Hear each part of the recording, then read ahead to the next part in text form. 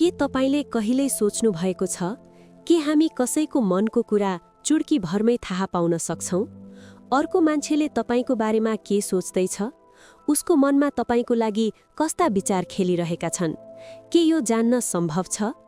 यसको जवाफ हो, यो कुरा बिल्कुल सत्य हो र आज म तपाईलाई बताउन गइरहेको छु कि कसरी तपाई कसैको पनि मन सजिलै पढ्न सक्नुहुन्छ। तर यसका लागि तपाईले केही नियम र केही खास कुराहरूमा ध्यान दिनुपर्ने हुन्छ। कसैको मनको कुरा बुझ्ने क्षमता हामी सबैमा हुन्छ, मात्र तपाईले यसलाई सही तरिकाले सिक्न र अभ्यास गर्न जरुरी छ। आज हामी यो कलालाई आचार्य चाणक्यको नीति र बुद्धिमत्ताको आधारमा बुझ्नेछौँ। एक पटक आचार्य चाणक्य आफ्नो कुटीको बाहिर बनेको सानो बगैँचामा गए। उनले त्यहाँ एउटा ढकमक्क फुलेको रातो गुलाफ देख्ने बित्तिकै त्यसलाई टिपेर ल्याए। उनले चन्द्रगुप्तलाई नजिकै बोलाए र भने, यो फूललाई हेर चन्द्रगुप्त, के यो सुन्दर छैन? के यसको रङले तिम्रो मन लोभ्याउँदैन? चन्द्रगुप्तले टाउको त हल्लाए, तर उनको ध्यान अर्कैतिर भड्किरहेको थियो। चाणक्यले चन्द्रगुप्तको अनुहारमा एउटा गहिरो नजर डुलाए र फेरि सोधे, के तिमीलाई यो गुलाफको बास्ना मन पर्छ? के तिमीले यसको सुगन्ध महसुस गर्यौ? चन्द्रगुप्तले हतार हतार जवाफ दिए, हो आचार्य, निकै मिठो बास्ना छ, मलाई धेरै मन पर्यो। चाणक्यले यो सुनेर हल्का मुस्कुराए र भने, हे युवक, तिमीले फूललाई सुँघेकै छैनौ। तिम्रो नाक र फूलको बीचमा त अझै एक हातको दूरी छ, अनि बास्ना कसरी मन पर्यो? तिमीले झुट बोल्यौ चन्द्रगुप्त। चन्द्रगुप्त सकपकाए र भुइँतिर हेर्न थाले। चाणक्यले अगाडि भने, तिम्रो शरीर यहाँ भए पनि तिम्रो मन यहाँ छैन। तिमी त मगधको त्यो सिंहासनको बारेमा सोच्दैछौ जसलाई तिमीले सपनामा देखेका थियौ। तिमी धनानन्दलाई हराउन त चाहन्छौ, तर तिम्रो योजना सफल होला कि नहोला भन्ने एउटा नमिठो डरले तिमीलाई भित्रभित्रै पिरोलिरहेको छ। तिम्रो मनमा एउटा ठूलो आँधी चलिरहेको छ, होइन त? चन्द्रगुप्तका आँखा आश्चर्यले भरिए। उनले सोचे, यो कसरी सम्भव छ? मैले त केही बोलेकै थिइनँ, न त मेरो डर कसैलाई सुनाएको थिए। चाणक्यले चन्द्रगुप्तलाई आफ्नो नजिकै बस्ने इशारा गरे र शान्त स्वरमा भने, मन पढ्नु कुनै जादु टुना होइन चन्द्रगुप्त, यो त एउटा कला हो जुन केवल गहिरो अभ्यास र आन्तरिक शान्तिबाट आउँछ। मैले तिम्रो आँखामा त्यो आगो देखेँ जो एउटा युद्ध जित्न आतुर योद्धामा हुन्छ। तिम्रा अनुहारका साना साना रेखाहरूले तिमी कुनै ठूलो लक्ष्यका लागि बेचैन छौ भन्ने स्पष्ट पारिरहेका थिए। तिम्रा औँलाहरू बारम्बार एक अर्कासँग ठोकिरहेका थिए, जसले तिम्रो भित्री डर र सङ्कोचलाई देखाइरहेको थियो। अनि जब मैले फूलको बारेमा सोधेँ, तिमीले सोच्दै नसोची जवाफ दियौ, किनभने तिम्रो मन वर्तमानमा थिएन, भविष्यको चिन्तामा भड्किरहेको थियो। चन्द्रगुप्तले उत्सुक हुँदै सोधे, आचार्य, तपाईले यी सबै कुरा कसरी यति सजिलै थाहा पाउनुभयो? के यो कुनै तन्त्रमन्त्रको शक्ति हो? चाणक्यले हाँस्दै भने, होइन चन्द्रगुप्त, यो तन्त्र मन्त्र होइन, बरु आफ्नो मनलाई शान्त राखेर अरूको हावभाव बुझ्ने एउटा विज्ञान हो। मैले आफ्नो मनलाई यति स्थिर र शान्त बनाएको छु कि म अरूको मनमा चल्ने सानो हलचललाई पनि स्पष्टसँग सुन्न र महसुस गर्न सक्छु। तब चाणक्यले अगाडि भने, अब म तिमीलाई एउटा कथा सुनाउँछु। यो कथालाई केवल कानले मात्र होइन, मनले पनि सुन। कथा सकिने बित्तिकै म तिमीलाई मनको कुरा पढ्ने 7वटा प्रभावकारी उपायहरू बताउनेछु। धेरै वर्ष पहिले सरयू नदीको कञ्चन किनारमा एउटा सानो र शान्त गाउँ थियो। त्यहाँ सूरज र ज्योति नामका 2 दाजुबहिनी बस्थे। उनीहरूको सम्बन्ध निकै गहिरो र मायालु थियो। दाजु सूरज जन्मिँदै देख्न सक्दैनथे, तर उनमा सुन्ने र महसुस गर्ने यस्तो अद्भुत क्षमता थियो कि उनले हावाको गतिबाटै मौसमको जानकारी दिन सक्थे।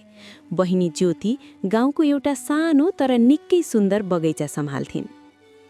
ज्योतिको बगैँचामा अनेकौं थरीका फूल र फलहरू थिए, तर एउटा समस्या थियो। रातको समयमा जङ्गली जनावरहरू बगैँचामा छिरेर सबै बालीनाली सखाफ पारिदिन्थे। ज्योति यो कुराले निकै चिन्तित थिइन्। उनी रातभरि जागराम बस्न सक्दिनथिन्। एक दिन उनले एउटा उपाय सोचिन्, किन आफ्नो अन्धो दाजु सूरजको मद्दत नलिनु? सूरज आँखाले नदेखे पनि कुनै पनि हलचललाई अरूले भन्दा धेरै पहिले नै थाहा पाउन सक्थे। ज्योतिले बगैँचाको बीचमा एउटा अग्लो र बलियो मचान बनाइन् र सूरजलाई त्यहाँ राखिन्। उनले भनिन्, दाई, यदि कुनै पनि जनावरको सानो आहट वा आवाज सुन्नुभयो भने यो लाठीले मचानमा जोडले ठोकिदिनुहोला। सूरजले बहिनीको कुरा स्वीकार गरे।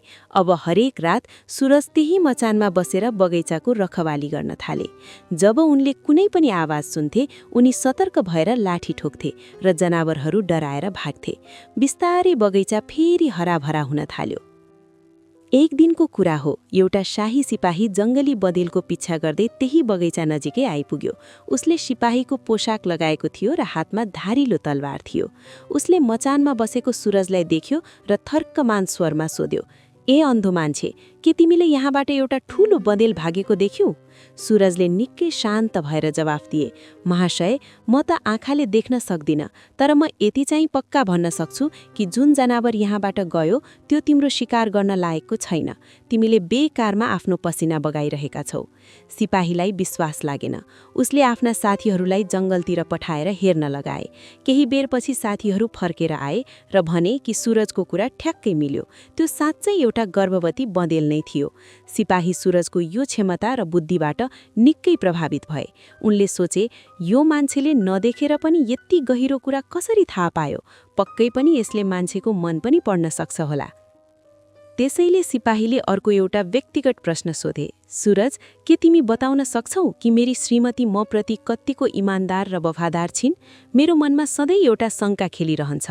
सूरजले भने, यस्तो प्रश्न तिम्रो मनमा किन आयो? सायद तिमी आफैमा आत्मविश्वासको कमी छ। तर ठिकै छ, यदि तिमीलाई उत्तर चाहिएको हो भने मैले तिम्रो श्रीमतीलाई एकपटक एक्लै भेट्नुपर्ने हुन्छ। सिपाहीले आफ्नी श्रीमतीलाई सूरज भएको कोठामा पठाइदिए। कोठामा सूरजले ती महिलालाई एउटा अनौठो कुरा भने। उनले भने, मैले तिमीलाई एकपटक छुनु पर्नेछ। यो सुन्ने बित्तिकै ती महिला रिसले चुर भइन्। उनले सूरजलाई तथानाम गाली गर्दै कुट्न थालिन्। सूरजले कसै गरी आफ्नो ज्यान जोगाए र बाहिर निस्केर सिपाहीलाई भने, तिम्री श्रीमती इमान्दार र वफादार छैनन्। सिपाहीले छाँगाबाट खसेझैँ भएर सोधे, यो तिमीले कसरी भन्न सक्छौ? उनले त तिमीलाई कुटेकी छन्, रिसाएकी छन्। यसको मतलब त उनी राम्रो मान्छे हुनुपर्ने होइन र? सूरजले गम्भीर भएर सम्झाए, महाशय, कुरालाई गहिराईले बुझ्नुहोस्। यदि उनी साँचो अर्थमा वफादार हुन्थिन् भने उनले म जस्तो पराई पुरुषलाई छुनै दिन्थिनन् र टाढैबाट प्रतिवाद गर्थिन्। तर उनले रिसको झोकमा मलाई कुट्दै गर्दा मेरो पुरै शरीरलाई स्पर्श गरिन्। एउटी साँच्चीकै मर्यादित नारीले पराई पुरुषको शरीरलाई यसरी छुनु त पराको कुरा उसको नजिक जान पनि सङ्कोच मान्छिन्। उनले त रिसलाई बहाना गरेर आफ्नो मर्यादा बिर्सिन्। त्यसैले उनको व्यवहारले नै उनको मनको चञ्चलता देखायो। सिपाहीले सूरजको तर्क काट्न सकेनन्। उनले अन्तिममा एउटा निकै गोप्य प्रश्न सोधे, सूरज, अब मलाई यो बताऊ कि म आफ्नै बुबाको सन्तान हो कि अरू कसैको? यो कुराले मलाई सधैँ तडपाउँछ। सूरजले भने, तिमी आफ्नै बुबाको छोरा त हौ, तर तिमीमा एउटा कन्जुस जमिनदारको छाया पनि परेको छ। सिपाहीले घर गएर आमालाई रुँदै सोधे। आमाले लामो सास फेरेर भनिन्, हो बाबु, तिमी आफ्नै बुबाको छोरा हौ, तर तिम्रो जन्म हुनुभन्दा पहिले म नुहाइरहेको बेला एउटा निकै कन्जुस जमिनदारको छाया ममा परेको थियो। सायद त्यही प्रभाव तिमीमा आएको हो। सिपाही फेरि सूरज कहाँ गए र आश्चर्य मान्दै सोधे, मैले पत्याउनै सकेको छैन, यो तिमीले कसरी थाहा पायौ? सूरजले हाँस्दै भने, यो निकै सजिलो थियो। तिमीले मबाट यति धेरै फाइदा लियौ, आफ्ना जीवनका ठूला ठूला शङ्काहरू निवारण गर्यौ, तर तिमीले मलाई अहिलेसम्म एउटै पनि पुरस्कार दिएका छैनौ। अरू कुनै योद्धा वा सिपाही भएको भए खुसी भएर आफ्नो घाँटीको हार वा इनाम दिइसक्थ्यो। तिम्रो यो व्यवहारले नै बतायो कि तिम्रो मनमा कन्जुसाई भरिएको छ। सिपाहीले आफ्नो गल्ती महसुस गरे र सूरजको कलाको खुलेर प्रशंसा गरे। चाणक्यले चन्द्रगुप्तको आँखामा हेर्दै भन्नुभयो, चन्द्रगुप्त, कथाले तिम्रो कौतूहलता त जगायो, तर अब म तिमीलाई ती 7वटा सूत्रहरू दिन्छु जसले तिमीलाई कुनै पनि मान्छेको मनभित्रको संसारमा प्रवेश गराउनेछ। पहिलो, आँखाको भाषा र अनुहारको हावभाव। आँखा कहिल्यै झुटो बोल्दैनन्। आँखाहरू मनको त्यो ऐना हुन् जहाँ हरेक भावनाको प्रतिबिम्ब देखिन्छ। जब तपाईँ कसैको आँखामा गहिराईले हेर्नुहुन्छ, तब उसको अनुहारको सानो हलचलले पनि धेरै कुरा भन्छ। उदाहरणको लागि, यदि कोही बोलिरहेको बेला बारम्बार तलतिर हेर्छ भने बुझ्नुहोस् कि ऊ भित्रभित्रै कुनै कुराले लज्जित छ वा उसमा आत्मविश्वासको कमी छ। यदि कसैको आँखा यताउता भड्किरहेको छ भने बुझ्नुहोस् कि उसले केही लुकाउँदैछ वा ऊ त्यो ठाउँबाट उम्कन चाहन्छ। साँचो मुस्कान आँखासम्म पुग्छ, तर बनावटी मुस्कान केवल ओठमा मात्र सीमित हुन्छ। त्यसैले मान्छेका आँखा र उसको अनुहारका रेखाहरूलाई एउटा चित्रकारले जस्तै पढ्न सिक्नुहोस्। दोस्रो, शब्दभन्दा बढी लयलाई सुन्नुहोस्। अगाडिको मान्छे जति धेरै बोल्छ उसलाई बुझ्न त्यति नै सजिलो हुन्छ, तर तपाईले उसका शब्दहरूमा मात्र होइन, ती शब्दहरू निस्कने लयमा ध्यान दिनुपर्छ। उसको आवाजको उतार चढाव कस्तो छ, के ऊ कुनै कुरा भन्नु अघि लामो सास फेर्छ, के उसको स्वरमा काँपन छ। जब मान्छेले झुट बोल्छ वा केही लुकाउन खोज्छ, उसको बोल्ने गति कि त धेरै छिटो हुन्छ कि त अनावश्यक रूपमा ढिलो। शब्दहरू बीचको मौनताले शब्दले भन्दा धेरै कुरा बोल्छन्। त्यसैले एउटा धैर्यवान श्रोता बन्नुहोस् र मान्छेलाई आफ्नो मनको कुरा पोख्न पर्याप्त समय दिनुहोस्। तेस्रो, आफ्नो आन्तरिक मौनता र शान्ति। यो सबैभन्दा महत्त्वपूर्ण नियम हो। अरूको मन पढ्नका लागि सबैभन्दा पहिले तपाईको आफ्नो मन एउटा शान्त तलाउ जस्तै स्थिर हुनुपर्छ। यदि तपाईको मनमा आफ्नै विचारको आँधी चलिरहेको छ भने तपाईले अरूको ऊर्जालाई कहिल्यै महसुस गर्न सक्नुहुन्न। जब तपाईँ पूर्ण रूपमा मौन र प्रत्येकमा हुनुहुन्छ, तब मात्र तपाईँ अरूको मनको सानो हलचललाई पनि आफ्नो मनमा प्रतिध्वनित भएको सुन्न सक्नुहुन्छ।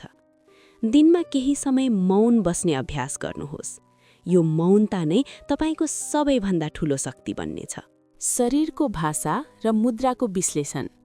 मान्छेको शरीरले उसको मनको अवस्थालाई कहिले लुकाउन सक्दैन। यदि कसैले कुरा गर्दा हात बाँधेर बसेको छ भने उसले आफूलाई सुरक्षित राख्न खोज्दैछ वा ऊ तपाईका विचारहरूसँग सहमत छैन। यदि कसैले आफ्नो खुट्टा ढोकातिर फर्काएर बसेको छ भने उसको मन त्यहाँबाट निस्केर जान आतुर छ। मान्छे कसरी बस्छ, कसरी उभिन्छ र कुरा गर्दा आफ्ना हातहरू कसरी चलाउँछ, यी सबैले उसको मनको खुला किताबको रूपमा काम गर्छन्। शरीरको भाषा पढ्नु भनेको शब्द बिनाको संवाद बुझ्नु हो। पाँचौं, ऊर्जा र भित्री आभासलाई महसुस गर्नुहोस्। हामी सबैको वरिपरि एउटा अदृश्य ऊर्जा क्षेत्र हुन्छ। कतिपय मान्छेलाई भेट्ने बित्तिकै हामीलाई निकै राम्रो र शान्त महसुस हुन्छ, जबकि कोही मान्छे बाहिरबाट मुस्कुराए पनि उनीहरूको उपस्थितिमा एउटा भारीपन वा नकारात्मकता महसुस हुन्छ। यो तपाईको छैठौं इन्द्रिय हो। मान्छेको मुस्कानमा मात्र विश्वास नगर्नुहोस्, बरु उसलाई भेट्दा तपाईको मनले कस्तो संकेत दिइरहेको छ त्यसमा ध्यान दिनुहोस्। आफ्नो भित्री आवाजलाई सुन्न सिक्नुहोस्। यसले तपाईलाई मान्छेको वास्तविक नियतको बारेमा कहिले धोका दिँदैन। छैठौं, सही र रणनीतिक प्रश्नहरू सोध्नुहोस्। प्रश्न यस्तो साँचो हो जसले मनको सबैभन्दा बलिय तालचा पनि खोलिदिन्छ। तर प्रश्न सोध्दा प्रहरीले जस्तो केरकार नगर्नुहोस्, बरु निकै स्वाभाविक र खुला प्रश्नहरू सोध्नुहोस्। तपाईलाई यो बारेमा कस्तो महसुस भइरहेको छ वा तपाईको अनुभवमा यो कुरा कस्तो रह्यो? यस्ता प्रश्नले मान्छेलाई सोच्न र आफ्ना भावनाहरूलाई पोख्न बाध्य बनाउँछन्। जब मान्छे आफ्ना भावनाहरूको बारेमा कुरा गर्छ, उसको मुखबाट सत्य कुराहरू आफै निस्कन थाल्छन्। सातौं, निरन्तर अभ्यास, धैर्य र सावधानी। मन पढ्ने कला कुनै एक रातको जादु होइन, यो त एउटा लामो साधना हो। दिनदिनै मानिसहरूको सूक्ष्म अवलोकन गर्नुहोस्। बसमा हिँड्दा, बजारमा सामान किन्दा वा साथीहरूसँग गफ गर्दा उनीहरूको व्यवहारलाई एउटा वैज्ञानिकले जस्तै अध्ययन गर्नुहोस्। तर याद राख्नुहोस्, यो कलाको प्रयोग अरूलाई दुःख दिन वा कसैको अपमान गर्न कहिले नगर्नुहोस्। यो त मानिसहरूलाई राम्रोसँग बुझ्न र आफ्ना सम्बन्धहरूलाई अझ प्रगाढ बनाउनका लागि हो। साथीहरू, आजको यो प्रस्तुति तपाईलाई कस्तो लाग्यो? के तपाईले पनि कहिल्यै कसैको मन पढ्ने प्रयास गर्नुभएको छ? आफ्ना अनुभवहरू तल कमेन्टमा हामीसँग पक्कै बाँड्नुहोला। तपाईको एउटा सानो कमेन्टले हामीलाई अझ राम्रो सामग्री बनाउन प्रेरणा दिनेछ। यदि तपाईँ आफ्नो जीवनलाई अझ अर्थपूर्ण र सफल बनाउन चाहनुहुन्छ भने लाइफ सूत्रालाई सब्स्क्राइब गर्न र छेउमा रहेको घण्टी बजाउन नबिर्सिनुहोस्। ज्ञान बाँड्नाले मात्र बढ्छ, त्यसैले यो भिडियोलाई आफ्ना प्रियजनहरूसम्म पनि पुर्याउनुहोला। आजको लागि यति नै। अर्को पटक यस्तै अर्को प्रेरणादायी विषयका साथमा फेरि भेट्नेछौँ। त्यतिन्जेलसम्मका लागि शान्त रहनुहोस् र आफ्नो मनलाई बुझ्ने कोसिस गर्नुहोस्। धन्यवाद।